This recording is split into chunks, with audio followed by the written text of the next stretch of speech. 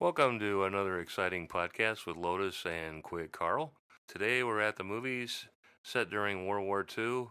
We are going to talk about different movies that we've enjoyed about World War II, and we'll probably start with movies that were made during World War II.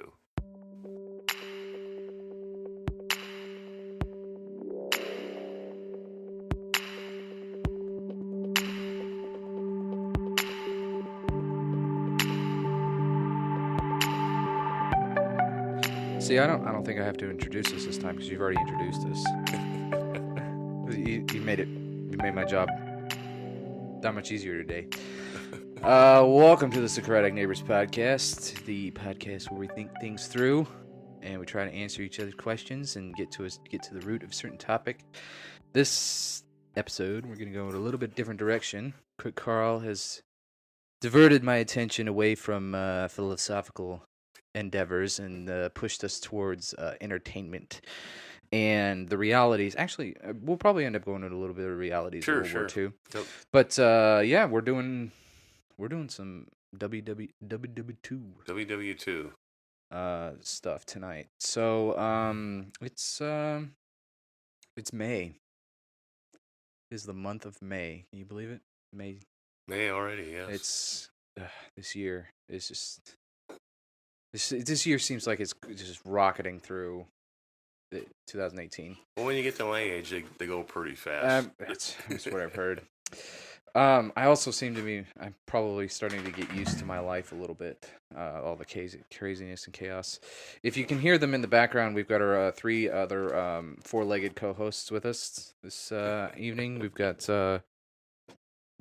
Winnie Pooh Bear, Jupiter, and Sir Bronco the Fifth. But yeah, so how's your week been so far, Mr. Carl? Pretty quiet, and that's just the way I like it. This is good.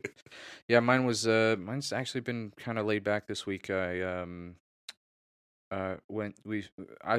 was a pretty crazy race. My dad and I saw on Sunday, watching it on ESPN, and then I've been keeping myself busy at work. I ended up creating a worksheet that's going to help us, and I've been knee-deep in Excel algorithms.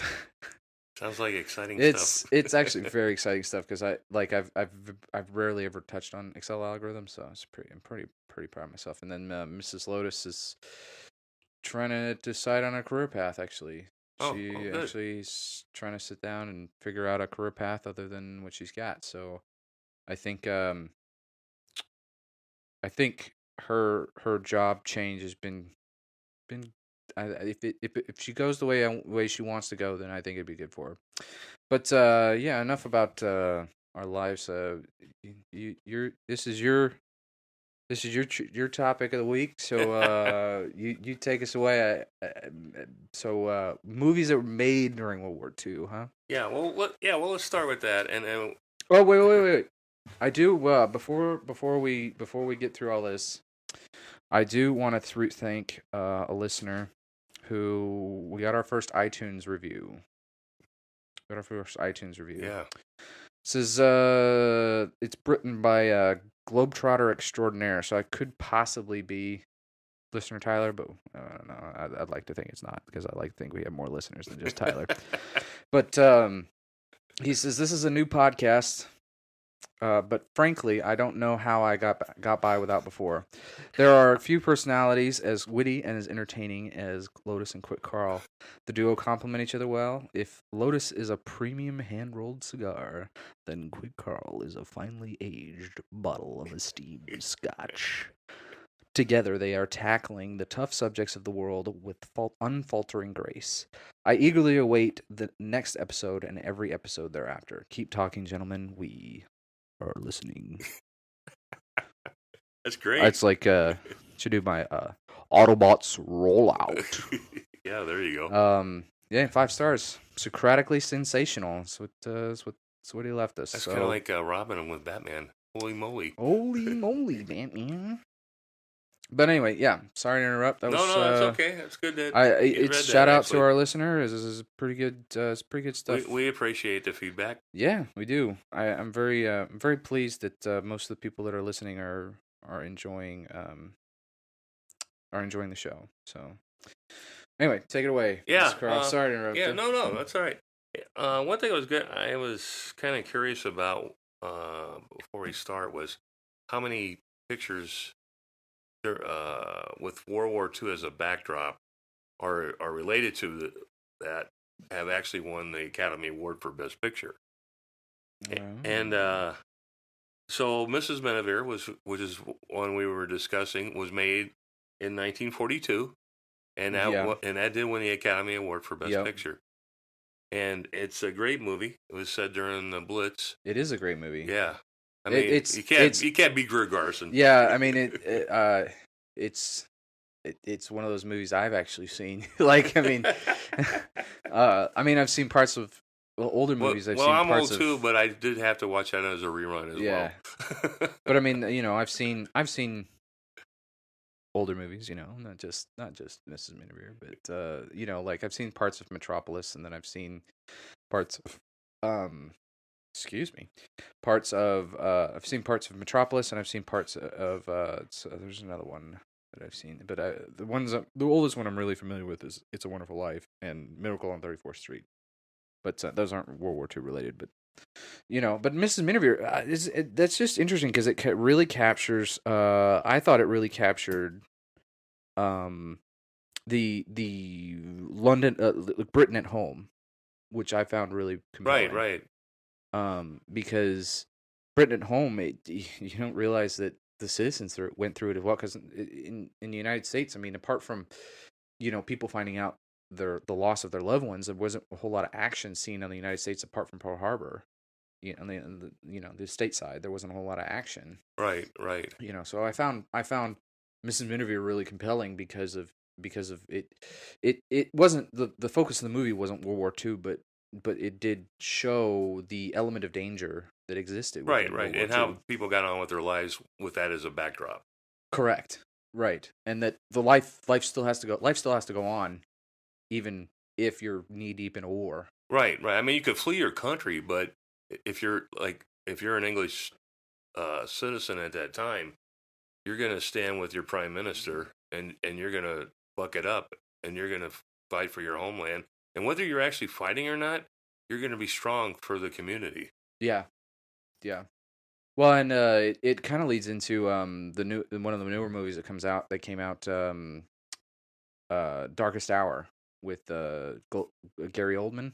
Right. Because that movie's obviously a backdrop, has a World War II as a backdrop. Wasn't made during World War II, because if Gary Oldman is that good of an actor, I really. But no, if Darkest Hour, I think, highlighted the turmoil, the mental turmoil of those in charge, really well, because it went into where the country was at and how a lot of people wanted to align with Hitler and just make a deal with Hitler, but Churchill at the time knew that if you don't, as he says in the movie, you don't make a deal with a tiger when you're stuck in its teeth, or stuck in its jaws, or something like that. Well, and also he actually said that, right? But he, getting to history part of that same scenario, even Stalin didn't trust Hitler, even though they split up Poland. He knew that it was just a matter of time before Hitler would attack Russia. Correct. And he didn't act on it because he didn't want to believe it. But he also didn't believe Hitler would keep his word either. Right. So he was kind of like stuck in the middle. It's like, I'm not going to do anything until he actually attacks. But at the same token, I know for a fact he's going to attack. Well, and rule number one of being a general in a war, you don't want to fight two fronts unless you're equipped to handle it. And Hitler was clearly not equipped to handle two fronts, because they were handling the Brits and they were handling the Russians at the same time, and there's just no way they could have done. They didn't have the manpower to do both. Right. And so, but anyway, go back to movies. You had mentioned other movies. Yeah. Outside of the next one Miniver. that also won the Academy Award for Best Picture was in 1943. So the next following year, Casablanca. That I have not seen, which is people are going to rail at me that I haven't seen it. Well, there's probably a lot of people that haven't seen it, but it's one of my favorite movies. It's set in Morocco. It's run by the French government. the Vichy regime. And the guy that owns this cafe, Rick, he was an expat from the United States, and he fled France when it got invaded. So basically, they were coming. The German troops were marching in, and then he came, went down there and opened the cafe. And basically, the plot line is he runs into his old girlfriend who just disappeared without any warning. She's remarried, or she was married, and she found out her husband was alive because she thought he was dead. So they get back together, and he's got these letters that are very important to the war effort that he has to try to smuggle out of Casablanca. So they're down there in Morocco. The Germans are hot on his trail. They know he's there. They've talked to him, but they're just trying to catch him. They're playing this cat and mouse game with him. So it's another interesting backdrop because it's not really, you're not seeing any fighting, but the war, the war's going on around it. Yeah. Well, and that's it's very and I think it's gonna be interesting. This episode's gonna be interesting because I think I'm gonna interject with movies that I have seen that are very relatable, like Dunkirk. Dunkirk is like exactly like that because you don't know where this enemy is. You don't know where he's gonna be. He's gonna be over here. He's gonna be over there. It's just it's one of those things like Dunkirk just it narrowed down the focus to the people making decisions. It was very much a setting movie, and Casablanca. I mean, I've heard it's an amazing movie. It's a great movie, and also too, another reason the studios rushed to get it out was because they were capitalizing on the invasion of North Africa by the Allies. So that was a big thing. Oh, they wanted to capitalize because we were getting a lot of good press from that, and they thought, well, if they got Casablanca out around the same time, it would help the movie. Yeah, that's interesting. It's really interesting. Okay, next one on the list who won an Academy Award for this type of genre was From Here to Eternity. Before that one, The Best Years of Our Lives. That came out in 1946, right after the war. It's a perfect movie. I don't know if you've seen it. Mm-mm. Okay, well, The Best Years of Our Lives was about these 4 guys that are coming home after the war. Okay. So they're from the United States, and they come home. One guy lost both his arms in the war, mm-hmm. and they're trying to pick up their lives again. Like, what's interesting is, like, maybe one guy wasn't a big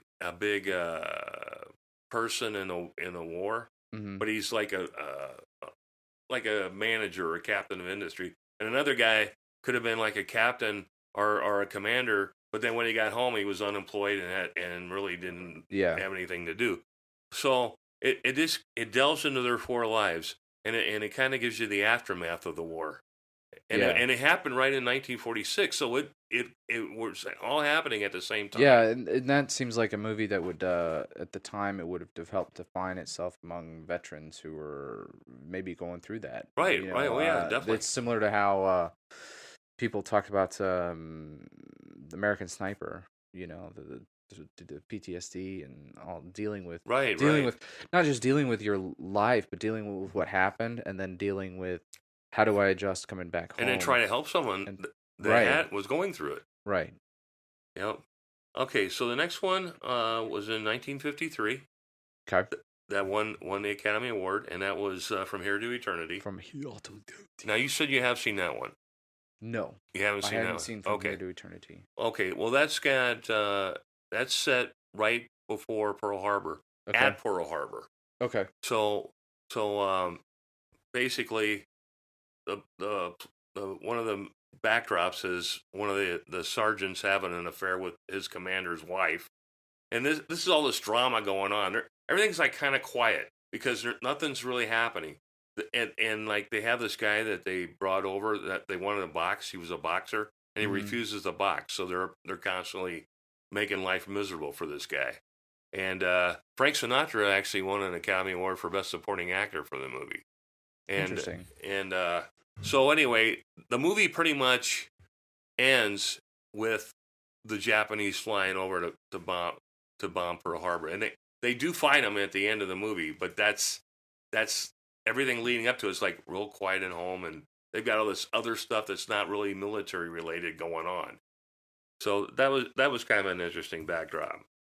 Now, one of my favorite movies that won the Best Picture in 1957 was Bridge on the River Kwai. Bridge on the River Kwai. I've heard good things about it. Oh my God, that is such a great movie. You can't go wrong with William Holden and Sir Alec Guinness, Obi-Wan Kenobi. Obi-Wan. Yeah, but it's a great movie. It's based on a true story. They're Japanese prisoners, and they're ordered basically, even though according to the Geneva Convention they can't order them to do this. They build a bridge for the Japanese so they can get their railroad through. Mm-hmm. So the whole movie is about them building this bridge while they're prisoners of war in Japan. But one of the guys escapes, and the Home Ministry wants him to go back because he knows the layout and they know about the bridge, and they want him to go back and blow up the bridge. So he leads a team to go back after he just escaped from this prisoner of war camp. And so anyway, that it's pretty accurate. Now, the one fact that I know for sure is in the movie they show a train getting blown up at the end, like they just got it blown up, and it was just long enough for the train to fall into the canal.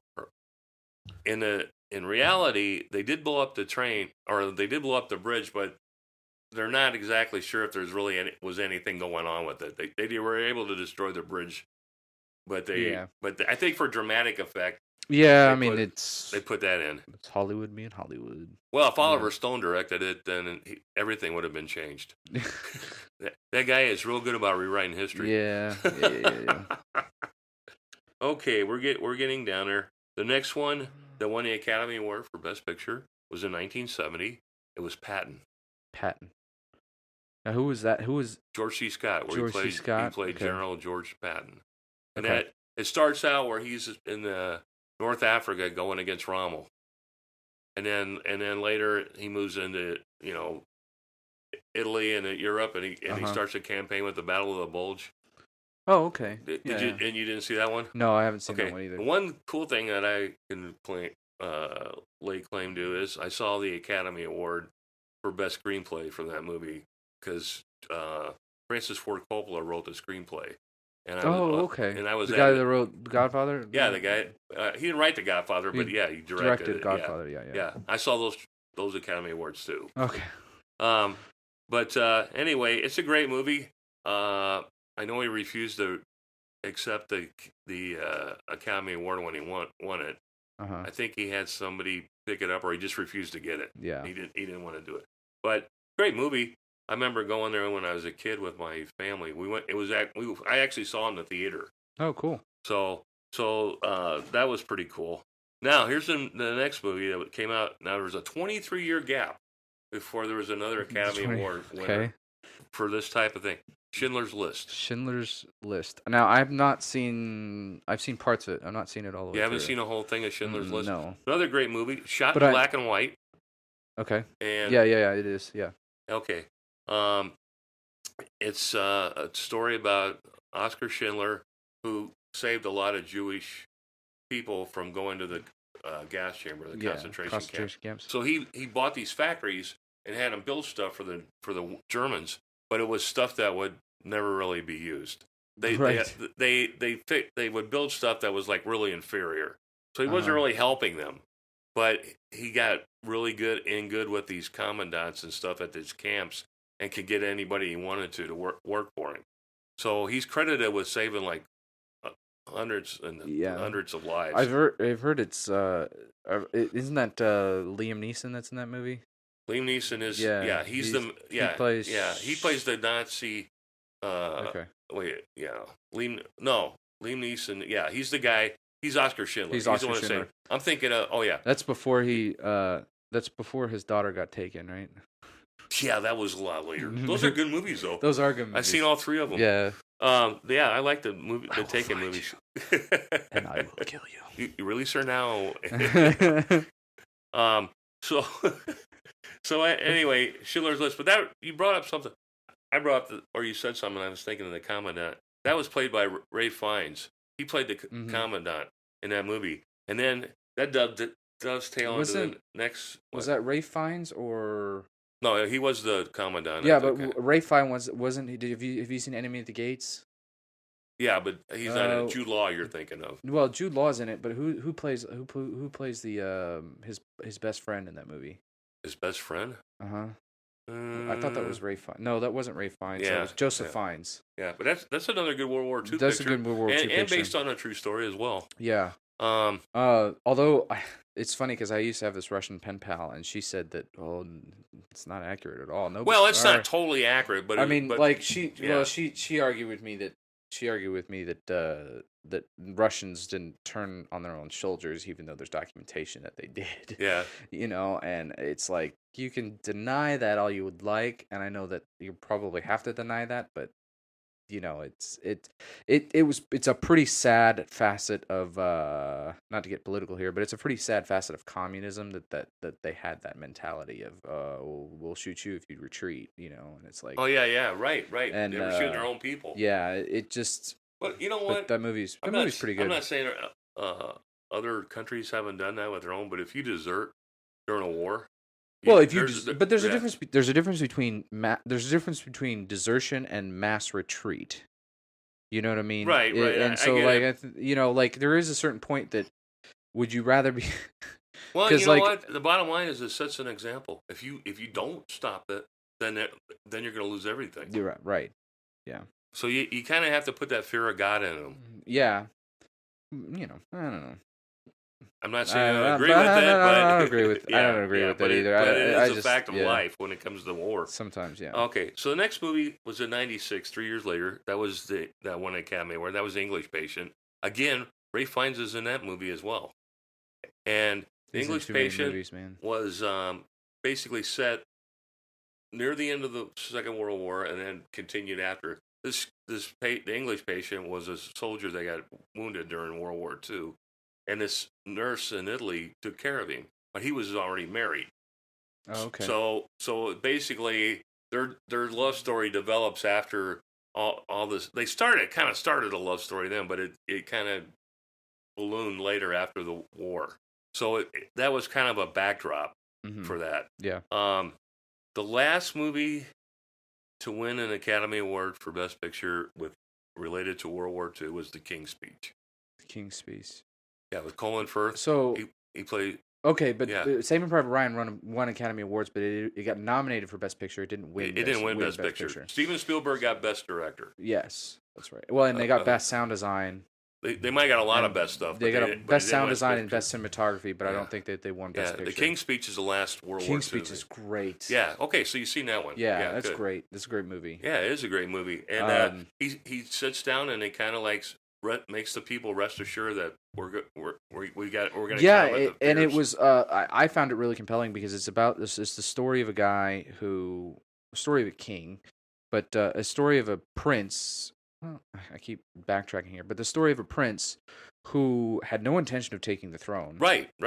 Because his brother didn't want it. He had no intention of taking the throne because he knew he had a speech impediment. He knew he was not going to be equipped to be king, and he ends up being one of the best kings that England ever had. Right. You know, and it's I found it really interesting because just the opening scene with Helena Bonham Carter and what's his name? Who played? He's Barbossa. The speech therapist? The therapist. Jeffrey Rush. Jeff Rush. Yeah, Jeffrey Rush. Yeah, just the opening part of that where she's just grilling him about his education, his background, and just his ability, and that movie was pretty great, and how he was able to start off by just having him talk into a microphone and record him with music playing super loud in his ear and showing him that he can do this without he can do this with some training, and he can learn some tricks, and he can learn how to publicly speak, and he can be and he can make the right decisions, and he can show the people that there is a confident leader leading the country. Right. and I think we're spending more time on this because I know the movie. And I found it very interesting. It's a triumphant story, you know, and during a time similar to Darkest Hour, during a time where people had to make decisions and people had to Right. They had to get their buck it up they and had do to what they they had to had to get do their for the stuff war effort. they had to get their crap together and make it work, you know. And it's too bad I couldn't say another word because we're FCC compliant. But you know, get your stuff together and get you know. But you know, I found it interesting. It's a good movie. If our listeners haven't seen it, it's great. Yeah, it's a really great movie. Yeah, I liked how Jeffrey Rush called him Birdie. Yeah, yeah, And to think, if he hadn't been king, Queen Elizabeth wouldn't be the queen right now. correct. Yeah, longest reigning monarch That's right. of English history. But it's gonna be interesting. She's getting up there. It's gonna be interesting what Right. happens to England after she passes away. They'll have to change all their money. Change our money? Well, yeah, she's printing on the back of their money. No, well, they don't have to change the money because we've got dead presidents in our money that we didn't change. Well, yeah, but they always have the printed on the back of their money is always the current reigning monarch. Well, they'll just go forward. Yeah, I don't think they're gonna. I don't think they're gonna recall those bills. No, that'd be funny though. It'd be funny. Queen Elizabeth has passed away. Yeah, they may stop printing money with their pictures. Well, yeah, I assume that they would, but yeah. It would be funny the next day recalling all British pound. Yeah, I could just see that. This is so funny. I think their country would go broke trying to collect all that money. Yeah, no, just. So that took care of the Academy the Award. pictures that Best won Pictures, yeah. Best Picture. So you got. Is there some movies that you like? Well, Saving Private Ryan is one of them. Yeah, Saving Private Ryan is good. Great. I mean, we can talk about Saving Private Ryan, Band of Brothers, and the Pacific. I mean, all those very Tom Hanks heavy, where Tom Hanks is heavily involved in the movie. Very good, very good. I really enjoyed them. Band of Brothers, I particularly enjoyed because it was D-Day, but it was a facet of D-Day that you know that you didn't really see before because there was other movies like Longest Day. Longest Day with and all-star cast John Wayne, yeah. Eddie Albert, and because Longest Day, Saving Private Ryan, and then what's the other one? Well, I mean, it's just I know one. Well, the Iwo leading up to D-Day, there's a movie that it was a made-for-TV movie, but Tom Selleck played Ike, and it was leading up to the D-Day invasion. Yeah. But you know, Band of Brothers I really liked because it Countdown to D-Day. That's what it was. Countdown to D-Day. Yeah, Band of Brothers I really liked because it followed a company through the war, and so you got to see. Which got to the Battle of the Bulge. Yeah, it got to the Battle of the Bulge. There was a movie made about that as well. But you know, Band of Brothers, just the things that they had to go through, even their training, their not knowing what's coming up, and it was really cool because they were talking about they even highlighted a lot of things that were very, very accurate about what actually happened with Easy Company and their attack tactics, and that they actually and it's also kind of funny because when you actually follow the rules and follow the handbook that you're given, sometimes things work out the way they're supposed to, Easy Company being still used as a reference for military tactics today, I found very interesting. You got to see some of the administrative side of the war from the U.S. perspective over in France, and then also the Battle of the Bulge and how rough that was. That was pretty interesting. It was pretty. I keep saying interesting, but that was pretty intense. Yeah, the miniseries they did with that years ago was actually pretty good. Mm-hmm. I think Band of Brothers probably might have captured it a little better because they had more technology and stuff to make the movie better. But the Battle of the Bulge movie was pretty good. I mean, I really enjoyed it, and the way they had the Germans running out of fuel at the end of the movie.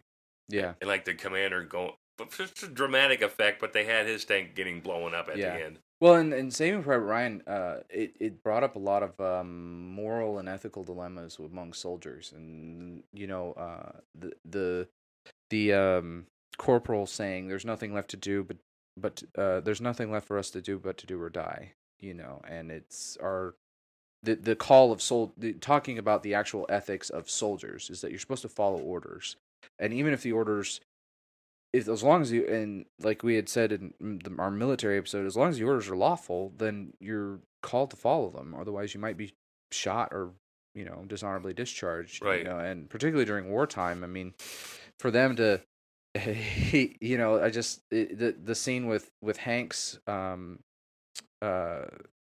where he's like, well, what happens to my company? And he was like, well, he says, I was quickly told that it wasn't my company to begin with. It's that, just the attitude of the U.S. military, and saying that, no, you're a soldier in this, and this is what we want you to do, and this is what you're going to do.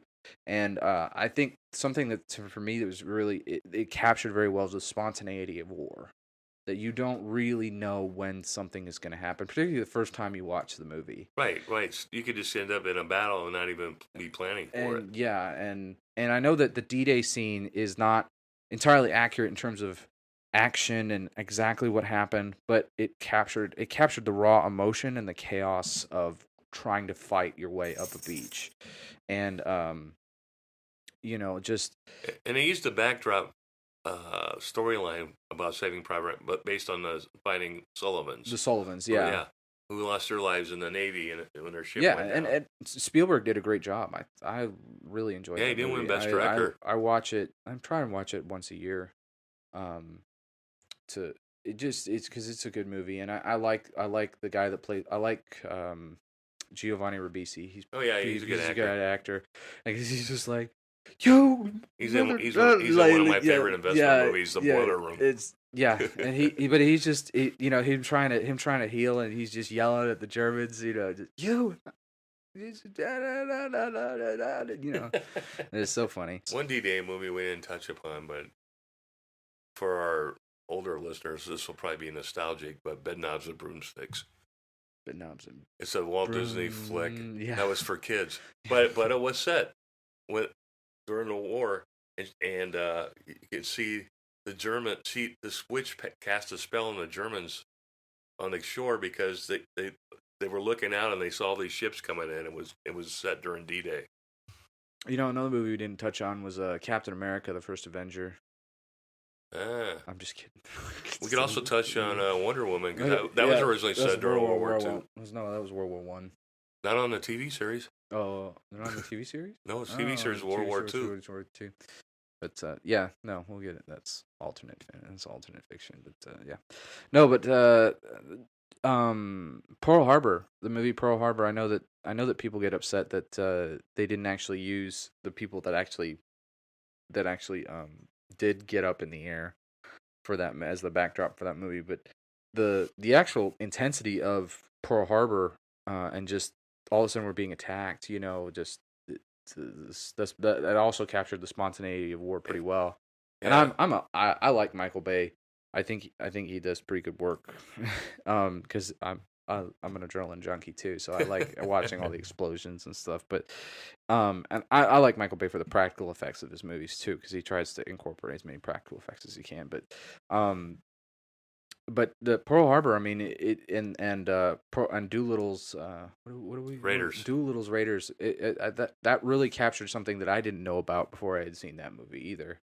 Of that we're gonna do this because we can and because it's possible, not because you think it's impossible.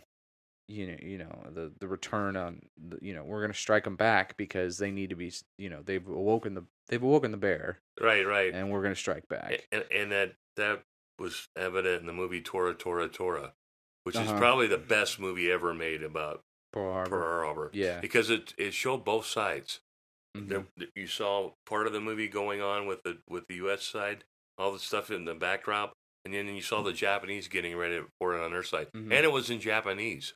So interesting. Yeah, so they had subtitles if you didn't speak Japanese on the bottom, but Yeah, you showed their country getting ready for this battle, and even their admirals are saying we've woken to sleep and Yeah, and going into the Pacific theater of World War II with Flags of Our Fathers and Letters from Iwo Jima, and then Pacific, and the the Pacific. Pacific miniseries. The Pacific miniseries, I wasn't as attached to that Well, you know as I what? was with That Band one of Brothers. each episode was kind of like their own story. In Yeah, that one, where Band of Brothers just continued from one episode to the next. right. So I mean, they still had some of the same characters, but there was different stories going on all the time. Yeah, but with Flags of Our Fathers and Letters from Iwo Jima, it was very interesting to see the two sides of the war of this one conflict. You know, it's just. I think It's I like the real Letters hard. from Iwo Jima. You like it better? Yeah, I liked it better. Did you see Hacksaw Ridge? Oh yeah, that's a great movie. Oh, that's a great one. About the conscientious objector. Objector, yeah, and it's so funny. Desmond Doss, I think, was his name. Desmond, yeah. Yeah. And then another one along that same vein that was said in the Pacific was Unbroken. Unbroken, yeah. And that was a great movie. Unbroken's good. Yeah, because that guy was an Italian, and he was an Olympic runner. Mm-hmm. And they tried to hold that against him when he was in the prisoner of war camp.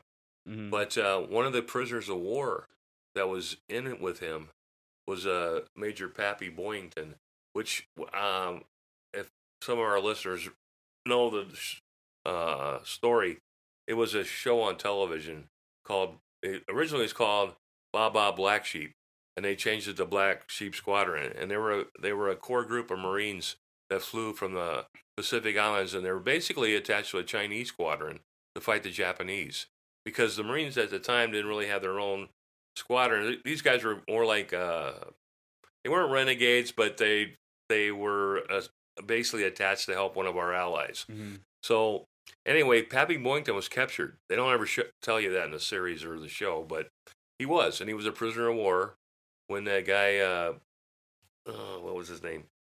Pamparini, the guy, Lou Pamparini. Yeah, right. So anyway, later years, he said that one thing that this guy did that really helped them when they were starving and the food was terrible is he was Italian. So he would start talking about different Italian recipes and the food that he ate. And he said it really boosted morale because you could taste the food, even though you weren't really getting it. It was something that really helped a lot of guys get through. Well, and that movie particularly highlighted the essence of human survival. Oh yeah, because he was in that boat for so long too. I mean, just the drive to survive, and the drive to move on, and the drive to push yourself forward. And what sucks is they weren't even shot down. We had crappy planes. They knew that model plane was a problem. Yeah. So that makes it even worse. Yeah. It really did. The related to Japanese POWs and stuff, the Great Raid. Oh yeah, that's good. It's good. I know it didn't do very well with the critics, it's a good movie. It's a good. I thought it was good. It really and based on an actual thing. And from what I understand, the movie is very. They tried to get it as accurate as they possibly could. with the budget that they had. Right. And that movie really captured the whole idea of the perspective of a POW, which also Steve McQueen did in The Great Escape. Right. But the Great Raid, I think it really the turmoil, the torture that the Japanese put through the POWs. Oh yeah, right. Of that. Oh, nobody's coming to save you. And then they would prank them almost. Yeah. Well, think about the Bataan Death March. Yeah, it just and the whole idea behind that, and just when the United States military actually came and got them out, they didn't want to leave because they thought it was a trick. Right. And but I mean, it was that raid was particularly impressive. The way they were able to, they scouted it, they figured out the points of entry, they figured out the best way to get it done, figured out how to isolate the POWs, and then they executed it with perfection. They only had, I think they only lost 2 people during that raid. It might have been a little more than that, but yeah, it was like 2 or 3 people. I mean, yeah, it was the loss of life yeah. on our It was side very was well planned. very, very well planned, and it Yeah. was very minimal. Yeah. And to my knowledge, it's very accurate because Stephen Ambrose, the guy that wrote Band of Brothers, the book, he wrote the story on that as well, and I believe it was him. I believe it was him that wrote The Great Raid. I could be wrong, but but the Great Raid itself, just trying to do their best to catch them by surprise and keep the loss of life minimal. Right. And it was I was pretty well pleased with that movie, how that movie turned out. I know that like I said before, I know that it didn't receive very good critic. It didn't sit well with the critics, and it didn't sit well with Rotten Tomatoes. But who cares? Oh yeah, Rotten Tomatoes. But it's just like these movie critics will overanalyze a picture, and they're not analyzing it for the common person that wants to go see the movie. Right. They're looking for all the artistic stuff, and my hard and fast rule, I believe, is that critics should only critique dramas. Right. That's it. Right. Because if you can't critique all these other feel-good movies. Yeah, I mean, you see that because Rotten Tomatoes not only has the critics, but it also has fan reviews. Because you look at a movie like Act of Valor, I know that's not World War II related, but Act of Valor sat very well with the public, and it did not sit very well with critics. Because they used actual Navy SEALs in the movie, the actual active Navy SEALs for that movie to film that movie. But I thought Act of Valor was great, but it didn't sit well with the critics. Yeah, one movie a few movies that come to mind out in the Pacific that I really enjoyed. One was Mr. Roberts. Okay, I've not seen that one. With Jack Lemmon and Henry Fonda, and James Cagney. James Cagney is the commander of this boat, and he's real cranky. And Henry Fonda's like the senior officer, and Jack Lemmon's Mr. Roberts. He's like an ensign. Well, actually, he might be Ensign Pulver. That was a sequel that they did later. But anyway, Mr. Roberts and this Henry Fonda's character wants to get off the ship so bad, and it's not because of that. It's because this ship is like a garbage detail ship during the war, so he's not seeing any action. He's begging to get off the ship, and his captain won't let him leave because he wants him to take care of stuff because this guy doesn't want to deal with it. Mm-hmm. So he just fights him and fights him and fights him. So he promised them that if you would do all this stuff and get off the men's back, I'll do whatever you want. If you'll give me this transfer, I won't make any waves. Mm-hmm. And he pretty much reneges on the deal. But he finally does get off the ship. He finally gets his orders. He finally gets off. And then they give him this big going away party. And then they're reading letters, and one of the letters they read is, because one of the guys got a letter from him, he's reading it, and they're, well, here's a letter I got from him. And he goes, oh, this isn't from him. It's from one of his friends. He was killed. So even though it was a comedy and really funny, you just all of a sudden you had a realistic gut check. Yeah. This is a war. Yeah. And just like the Caine Mutiny, have you seen that? Okay, great movie too. Humphrey Bogart's the commander. He's Commander Quigg. The guy's nuts. I mean, they have to take over the ship. There's mutiny. Well, a lot of the movie is about the trial that happens afterwards, and to try to prove him is like he wasn't fit to command. And if you get a chance to see either one of those movies, you should definitely do it. And also too, like one thing that was big during that time on the Pacific, especially with the submarine movies, like Run Silent, Run Deep, with Burt Lancaster and Clark Gable. I mean, I've always liked sub movies. Yeah, some movies are cool. I mean, The Hunt for Red October is the biggest one that comes to mind. But I like. I know it's not said World War II, but it's a good movie. But Das Boot, our boat, it's actually Das Boot. Yeah, that is the German U-boat. Mm-hmm. That is one of the most realistic movies I've ever seen, and it's taking place in a submarine. Mm-hmm. And the acting is just incredible. And this is where you get drawn into movies where you should never be for the other side because that they're fighting against you. But in this case, you're feeling the empathy for the Germans, and you want them to survive.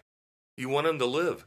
And it's like, I don't want them to get bombed. I want them to get out of there. And why would I be thinking like that? Because movies draw you in like that. It's like if you see a bank robbery, but they're good guys are gonna do it for a right reason or something. It's like I don't want to see them get caught because they're but they're robbing a bank, so you should never be on their side. Well, it's like the Breaking Bad effect. You don't want to see the good guy become the villain, but sometimes he ultimately does. Right. Or you don't want to see villains become good guys. But I mean, it's also reflective. Das Boot is also reflective of the idea that the Germans were people too.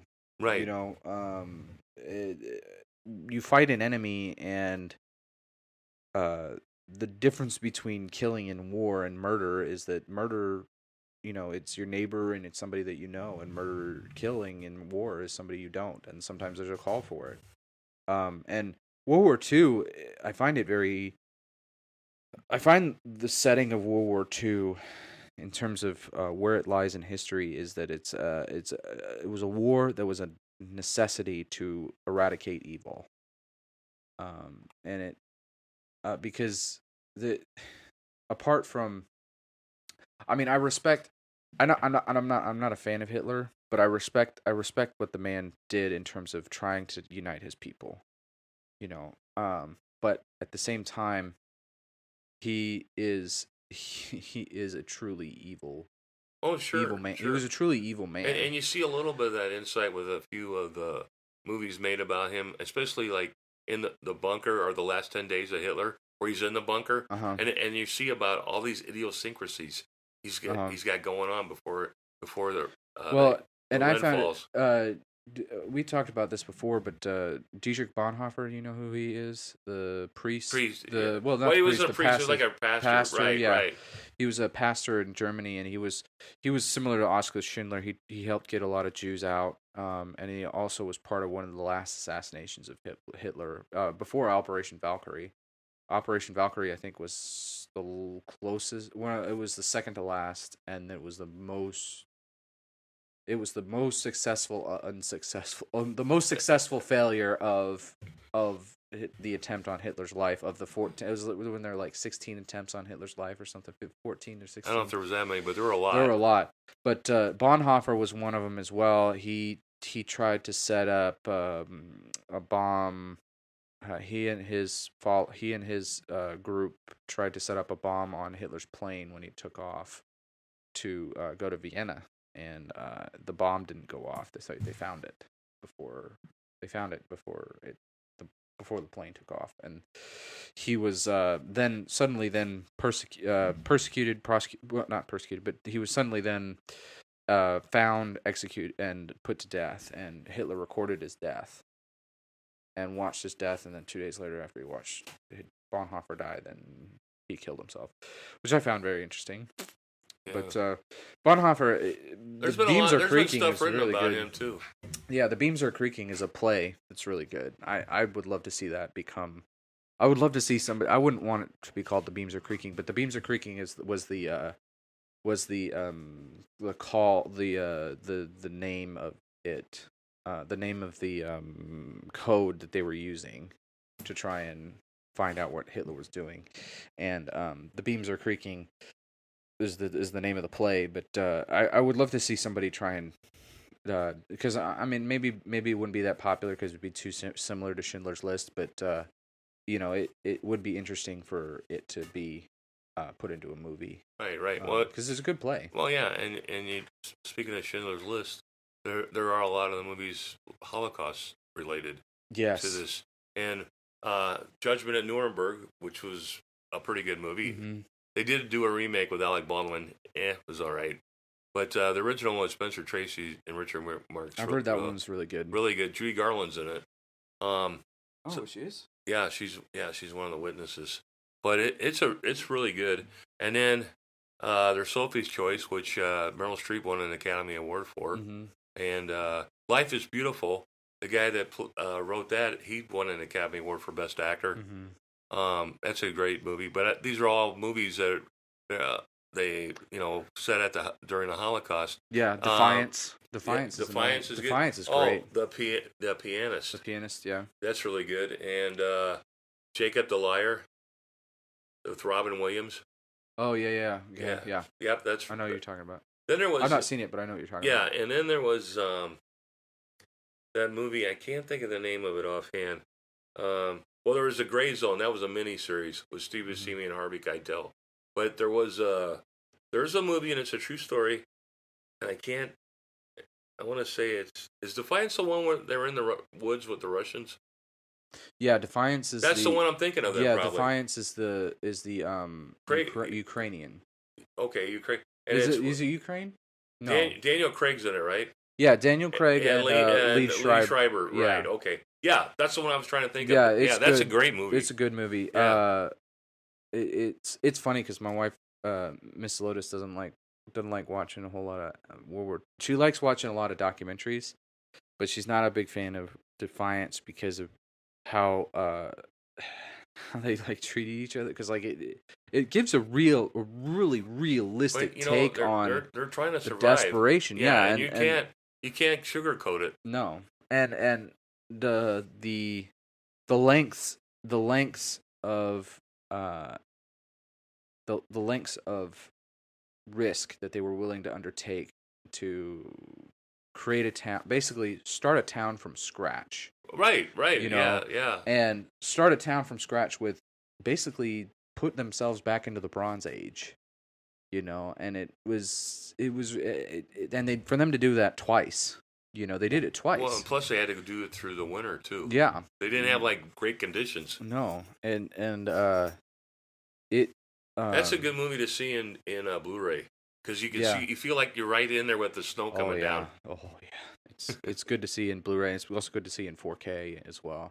I haven't seen it in 4K, but I did see it in Blu-ray. Yeah, it's good. It's good. It's a good immersion. It's a good immersion movie. Yeah. And Liev Schreiber does a great job in that movie. I love it. Definitely. He's not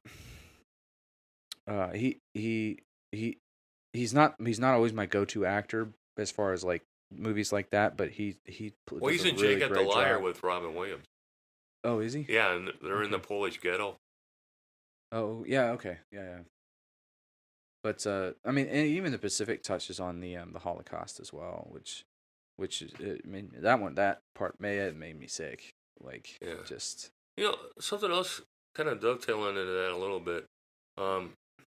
There's the spy movies that were related, like the Odessa File. Mm-hmm. I don't know if you ever seen that. There was The Boys of Brazil.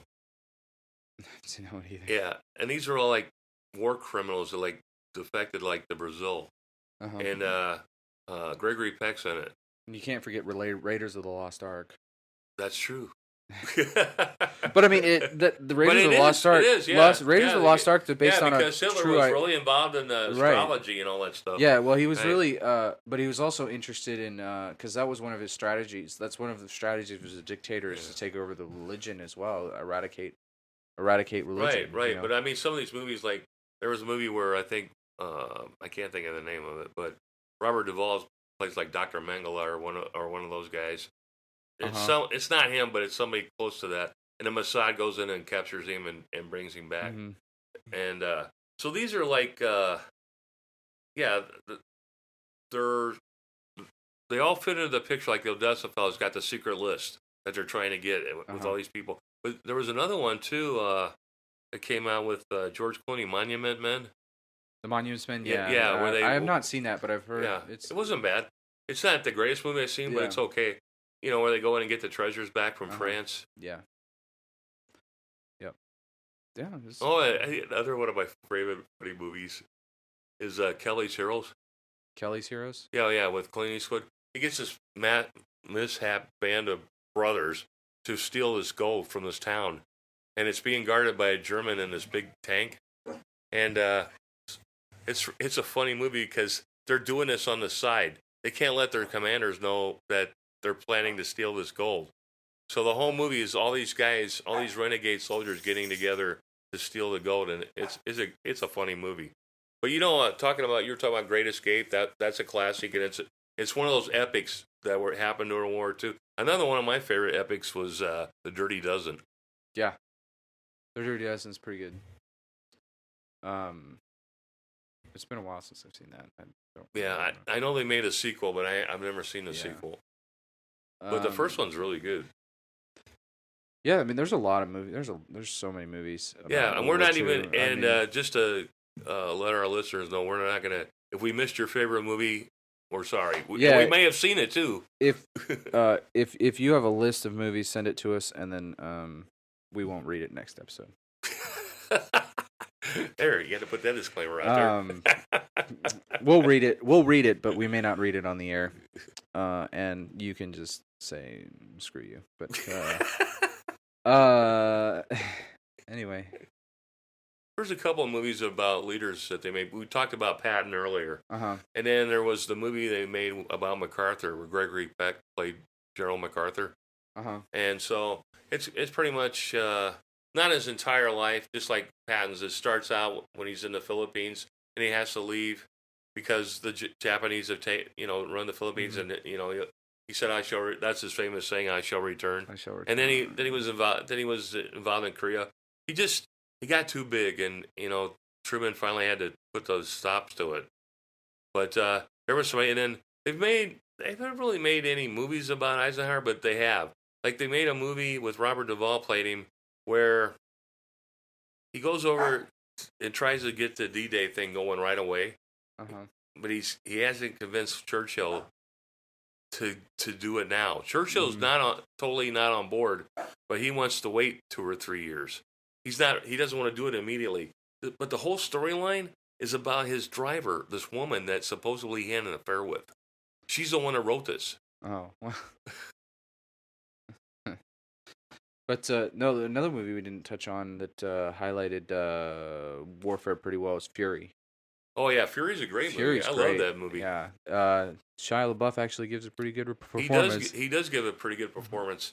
Yeah, I really liked the movie, and Brad Pitt was good. Brad Pitt is great. And speaking of Brad Pitt in a World War II movie, I know it's not accurate. Oh, Inglourious Basterds. You gotta mention it. I love that movie, but it's not historically accurate. It's so funny. He writes history. Oh my gosh, that's so funny. I would highly recommend that you see it, just for the entertainment value.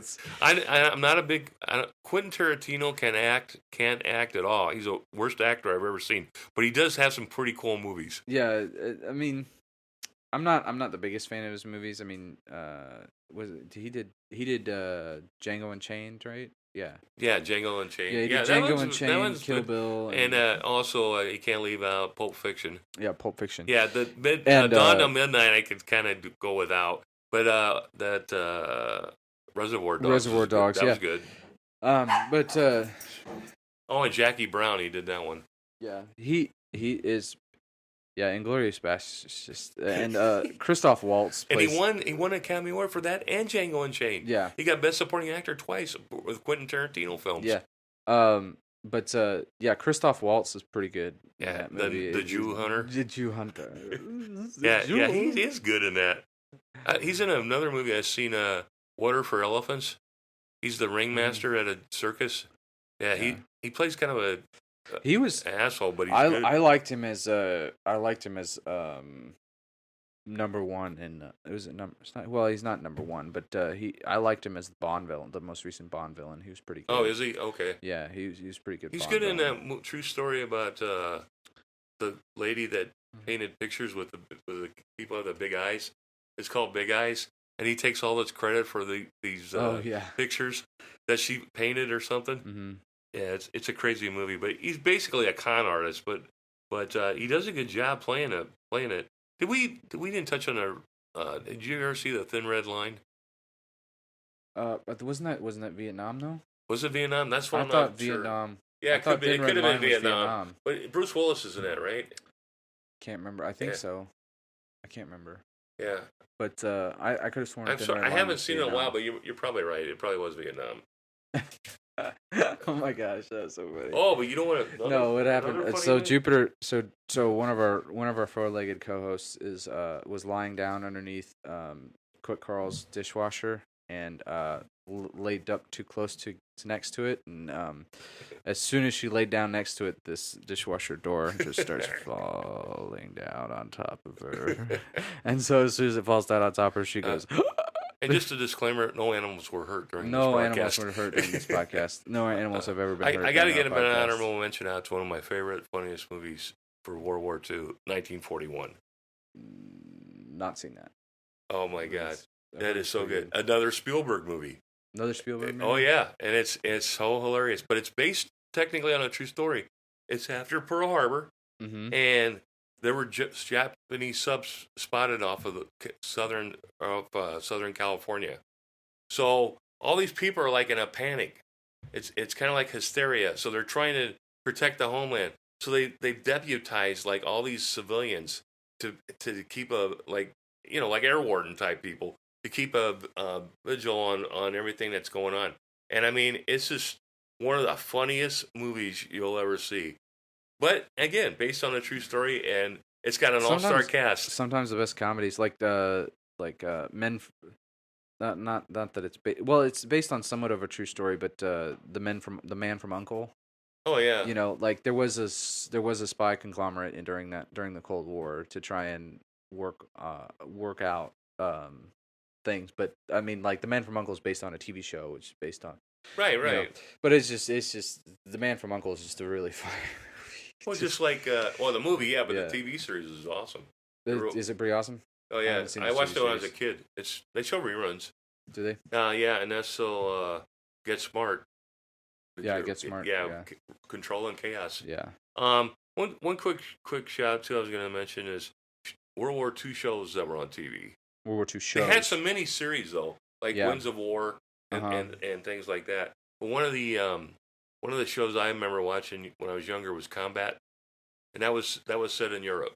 And it was basically about this platoon of guys, and they would follow them around on different missions. It was really good. And then later they had a show called The Rat Patrol, and that was set in North Africa. So it was fighting in the desert. That one I never really got into. I really like Combat, but I really didn't get into that one. I'm trying to think if there was. We mentioned Baba Black Sheep. And McHale's Navy, which was a comedy, but it was still fun to watch. And Hogan's Heroes, yeah.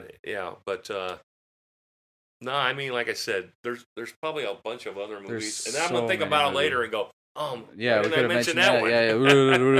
Yeah. But this is I mean, I'm sure our listeners are having trouble following. There's the continuity problem probably with this episode, but we're just trying to do it low key.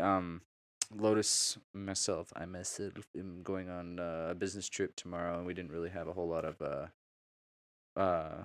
material, so QuicKarl came up with something light that we didn't really have to think about too much. Yeah, exactly. But I mean, it's there's so many movies. There's so many movies that cover so many different parts of World War II that highlight different aspects of World War II that we really don't think about. And there were all the training films and the newsreels and all the animated films that Disney did for the war effort. Yeah. I mean, there's just so many things, and I know that Captain America, but I mean, they had the bondsman going around. Well, I mean, Flags of Our Fathers does that pretty well. We don't think we're heroes, right? And then there were like the old classics like Halls of Montezuma, or Hellcats of the Navy, or this Fighting Seabees. Yeah, a lot of John Wayne movies. Yeah, Cliff Robertson and. And Flags of Our Fathers. I mean, apart from the Battle of Iwo Jima, they did try and highlight that soldiers were not interested in trying to make themselves out to be heroes all the time. Oh no, not at all. And you know what? I'll tell you a good example of that too. Kind of an anti thing was the movie Young Lions. Yeah. Because Montgomery Clift, which is also in From Here to Eternity, was kind of the anti-hero. He was kind of like, he wasn't a conscientious objector, but he was not gun-ho like the rest of them. And it's just kind of an interesting movie because it just kind of follows everyday guys while they're getting ready to go to war on that side. And then they show the German side, and they've got like Marlon Brando playing one of the Germans. Yeah. I don't know. It's a good movie. Dean Martin's in it. It's actually really good. I mean, but it's not a big battle movies. thing. It's just the war's kind of winding down a little bit, and then you think you're done. You think, oh well, we're finally done, and then something happens. Yeah. Another movie I was going to shout out real quick. We were talking about the Holocaust. The Boy in the Striped Pajamas. Yes. That yes. is a pretty. That movie really got to me. Yeah, that one gets you. And that one nails you right in the heart. It does, because you have the German commandant living off the base, and his son doesn't know what's going on because they make it look like, oh, all the Jews are having fun and they're playing and everything. They put all these propaganda movies out. Yeah. And then his son befriends a Jewish boy on the other side of the fence, and the striped pajamas is what they put on him. Well, yeah. Yeah, and it's just really it's really a touching movie, and it really does get to you. Yeah, that one nails you just. That one nails you right in the face and pulls your heartstrings. Yeah. Well, I don't know if we gave you any ideas of movies to watch. We named a lot of them, and yeah, and I don't mean to step on the anti-meta podcast. I know that you probably hate me, Gear Dad, but we're gonna cover a lot of movies rather than just one, like you said, like your podcast. We'll probably pick another genre at some point. But yeah, we'll do another genre, or maybe we'll focus on one movie, or maybe we'll do an episode of a movie that. Maybe we'll get somebody. We could dissect a movie, especially if it's an epic. Maybe I can try and get Gear Dad on the show, and we can do an actual legit like movie review episode, similar to the way he does it. But it'd be fun. Who's this? Friend of mine. His name's Gear Dad. Okay. His real name's. Well, he uses his name publicly, so his real name's Jay, but he goes by Gear Dad. Okay. Online, and so he runs a podcast called the Anti-Meta Podcast, AMP. And they do a movie review every week. Okay. A couple weeks ago, they did Count of Monte Cristo. They did what else have they done? They've done quite a bit of movies. They're like 20 episodes in, I think, almost, or okay. more, probably more than that. But no, they do a good job giving legitimacy to movies. And I'm not interested in doing a movie podcast, but no. Not interested in doing a movie focused podcast. No, not at all. Our subjects are all over the board. We're all over the place, but that's the point of our podcast, is that we can do anything. We can try and do anything we want anytime we want. Take that, President Obama. But yeah, I mean, this is a good episode. So what you got going on? Well, so I'm going on a business trip next week. What you got going on next week, QuicKarl? Not exactly sure. I have a few things in the pipeline, but I can't say anything specific. I have things I want to get done or do, but I don't know if they're going to materialize. How's that new freezer working out for you? You filling that bad boy up yet? I'm working on it. You're working on it? Yeah, he bought a new freezer. He's got a giant. I think all my neighbors are going to store food in it. Yeah. But hey, it says community neighborhood. That's freezer right, on there. Hey, I'm looking for deals on meat. and our apartment complex gives you the smallest possible freezer you could dream of. I know. Even when I rented a house and rented a refrigerator, it was 4 times the size. It was just a normal refrigerator. Yeah, well, I mean, some people. I mean, you and I like food, so. Right, yeah. But yeah, I mean, this week, my company's shipping me out to the East Coast, and I got some stuff that I'm doing out there for them. Been trying to stay afloat in these slow times, and depending on where they're sending you, yeah, you might want to stay afloat. Like I said at the beginning of this podcast, I've been knee deep in Excel algorithms, so I'm probably going to be still knee deep in Excel algorithms tomorrow on the flight. But they're shipping Mrs. Lotus out with me too, so it's going to be kind of fun to have. When you say shipped, or you mean like in cargo? Yeah, she's gonna be in cargo. I got economy, and she got cargo. They've got a little heater under there where they keep the dogs, so she'll be fine. Maybe. No, she's probably gonna hate me if she hears that. She's probably gonna rail on me if she hears that. And guess what, honey? Well, then it was worth it. Yeah. And our work is done. Well, guess what, honey? You're not gonna hear this till after the flight's over. So, yeah, this week's gonna be fun. I know that we'll be taking a break next week, and then probably the week after we will release our travel episode with listener Tyler. Yes. I think we're tentatively planning the 14th. Yeah, hopefully the 14th. Is that what he? Yeah, that's a Monday, isn't it? 14th. When do you get back? 14th is a Monday. I get back the 11th. You get back the 11th. I get back the 11th. 14th is a Monday. I think we talked about. Yeah, we did 14th. Yeah. So yeah, 14th sounds fine. Probably in the evening, because it's after right? Mother's Day. Yeah, and probably in the evening. After Mother's Day, but yeah, I'm looking forward to meeting him, and I'm looking forward to doing a podcast with him. A podcast episode with him. I think it'd be fun. Maybe that'd probably be a hour and a half, 2 hour episode. Possibly. And then for our YouTube listeners, and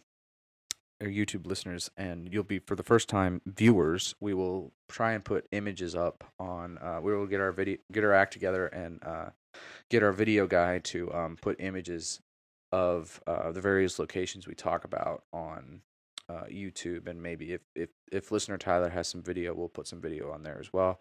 But yeah, and then after that, I think we'll try and line another guest up in June. And then you have somebody in Minnesota that you want to line up? Yeah, I got somebody in Minnesota. I haven't talked to him yet about it. He's trying to sell his house, so I don't really want to. Yeah, he's probably got a lot going on. Yeah, he's got a lot going on, so I don't want to bother him. But you can do a podcast about selling his house. No, he's gonna. If I get him on, it'll be the gaming episode that we get him on. But I haven't formally asked him yet, and I'd like to. But maybe once that kind of subsides a little bit, he can do a guest spot. You might want to game. He's probably trying to game a buyer. Maybe he can do a guest spot in June. But I know his kids are going to be out of school in June as well. So because he has kids, so it may be a late night. Are they young episode. Kids? Or do you know? Yeah, they're young. So it may be a late night episode that we get in with him. Yeah, but this has been Lotus with the Socratic Neighbors podcast and my co-host QuicKarl. And we are your Socratic neighbors. We and I have all three of our audience members. Yeah, we have our four-legged co-host / audience with us on the QuicKarl side of the mic, and we'll be here for next couple weeks, just kind of chilling. And if you got topics for us, send them in to socraticneighbors@gmail.com, or you can tweet at us on the Twitters at Socratic Podcast. If you got topics, or if you got corrections, or if you don't like this episode, you can tell QuicKarl. I'm not going to pay attention to any of that. And you think I'm going to? So anyway, give us a shout. I hope our listeners have a great week. Cinco de Mayo is coming up, so I know that the United States celebrates Cinco de Mayo more so than Mexicans do, but we'll party our little butts off. Start frying those tortilla chips. And Kentucky Derby's this weekend, so hats off to the jockeys. Hats off to the short people that couldn't make it in basketball. Who knows? We may have another ride Triple horses. Crown winner. But yeah, it's the start of the Triple Crown, isn't it? And then so should be a good week. And like I said before, I hope I got. There's also the ticker tape underneath the description of the episodes if you're looking for the actual description of the emails. I know that we could keep telling you to go Google it, how to write Socratic, but it literally is at the bottom of each of the descriptions on iTunes, Google Play, Podomatic. I saw us on Last FM and Player FM, which is weird. I think it's just an auto ad that we were on an ad. No, we weren't on an ad. We were on player.fm. Oh. Which is interesting. I mean, I don't know how we ended up. What is that? It's like a radio broadcasting station. Oh. Type thing. I don't know how we ended up on it, but we're on there. Will we get paid? Maybe. Okay.